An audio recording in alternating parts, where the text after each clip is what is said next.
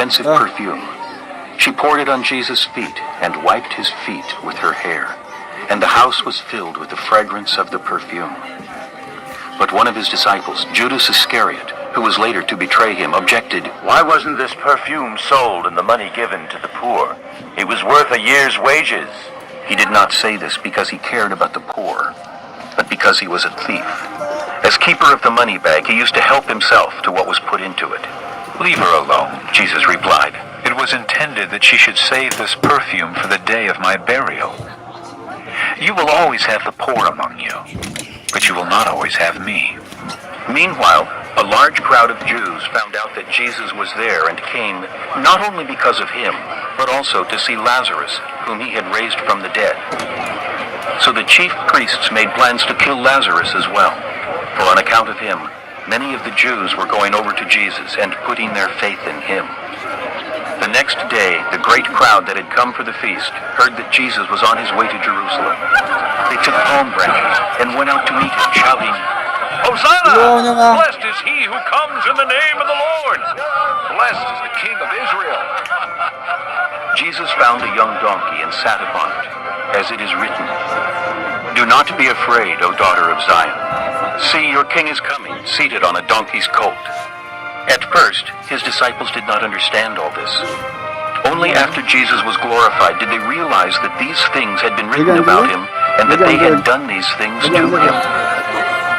Now, the crowd that was with him when he called Lazarus from the tomb and raised him from the dead continued to spread the word. Many people, because they had heard that he had given this miraculous sign, went out to meet him. So the Pharisees said to one another, "See, this is getting us nowhere. Look how the whole world has gone after him." Now, there were some Greeks among those who went up to worship at the feast. They came to Philip, who was from Bethsaida in Galilee, with a request. "Sir," they said, "we would like to see Jesus." Philip went to tell Andrew. Andrew and Philip, in turn, told Jesus. Jesus replied, "The hour has come for the Son of Man to be glorified. I tell you the truth, unless a kernel of wheat falls to the ground and dies, it remains only a single seed. But if it dies, it produces many seeds. The man who loves his life will lose it, while the man who hates his life in this world will keep it for eternal life. Whoever serves me must follow me, and where I am, my servant also will be. My Father will honor the one who serves me. Now my heart is troubled. And what shall I say? Father, save me from this hour? No. It was for this very reason I came to this hour. Father, glorify your name." Then a voice came from heaven. "I have glorified it, and will glorify it again." The crowd that was there and heard it said it had thundered. Others said an angel had spoken to him. Jesus said, "This voice was for your benefit, not mine. Now is the time for judgment on this world. Now the prince of this world will be driven out. But I, when I am lifted up from the earth, will draw all men to myself." He said this to show the kind of death he was going to die. The crowd spoke up. "We have heard from the law that the Christ will remain forever. So how can you say the Son of Man must be lifted up? Who is this Son of Man?" Then Jesus told them, You are going to have the light just a little while longer. Walk while you have the light, before darkness overtakes you. The man who walks in the dark does not know where he is going. Put your trust in the light while you have it, so that you may become sons of light. When he had finished speaking, Jesus left and hid himself from them. Even after Jesus had done all these miraculous signs in their presence, they still would not believe in him. This was to fulfill the word of Isaiah the prophet. "Lord, who has believed our message, and to whom has the arm of the Lord been revealed?" For this reason they could not believe, because as Isaiah says elsewhere, he is blind to their eyes and deaf to their hearts. So they can neither see with their eyes, nor understand with their hearts, nor turn, and I would heal. Isaiah said this because he saw Jesus and spoke about him. Yet at the same time, many, even among the leaders, believed in him. But because of the Pharisees, they would not confess their faith or fear him, put out the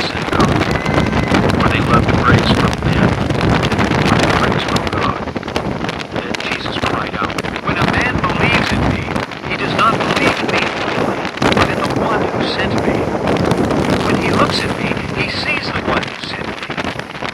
I have come into the world as a light, so that no one who believes in me should stay in darkness. As for the person who hears my words but does not keep them, I do not judge him. For I did not come to judge the world, but to save it. There is a judge for the one who rejects me and does not accept my words. And the very word which I spoke will condemn him at the last day.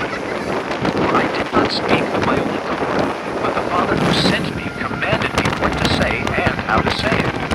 I know that his command leads to eternal life, so whatever I say is just what the Father has told me. Chapter 12. 6 days before the Passover, Jesus arrived in Bethany, where Lazarus lived, whom Jesus had raised from the dead. Here and there was given to Jesus honor. Martha served, while Lazarus was among those reclining at the table with him. Then Mary took a bunch of pure nard, an expensive perfume. She poured it on Jesus' feet and wiped his feet with her hair, and the house was filled with the fragrance of the perfume. But one of his disciples, Judas Iscariot, who was later to betray him, objected. Why wasn't this perfume sold and the money given to the poor? It was worth a year's wages. He did not say this because he cared for the poor, but because he was a thief. As keeper of the money bag, he used to help himself to what was brought into it. Leave her alone, Jesus replied. It was intended that she should save this perfume that day of my burial. You will always have the poor among you, but you will not always have me. Meanwhile, a large crowd of Jews found out that Jesus was there and came, not only because of him, but also to see Lazarus, whom he had raised from the dead. So the chief priests made plans to kill Lazarus as well, for on account of him, the Jews were going over to Jesus and putting their faith in him. The next day, the great crowd that had come to the feast heard that Jesus was on his way to Jerusalem. They took palm branches and went out to meet him, shouting, Hosanna! Blessed is he who comes in the name of the Lord! Blessed is the King of Israel. Jesus found a young donkey and sat upon it, as it is written, Do not be afraid, O daughter of Zion. See, your king is coming, seated on a donkey's colt. At first, his disciples did not understand all this. Only after Jesus was glorified did they realize that these things had been written about him, and that they had done these things to him. Now, the crowd that was with him later to the Lazarus from the tomb raised him from the dead and continued to spread the word. But they feared to disclose this miraculous sign by others. So the Pharisees said to one another, See, this is getting us nowhere. Look how the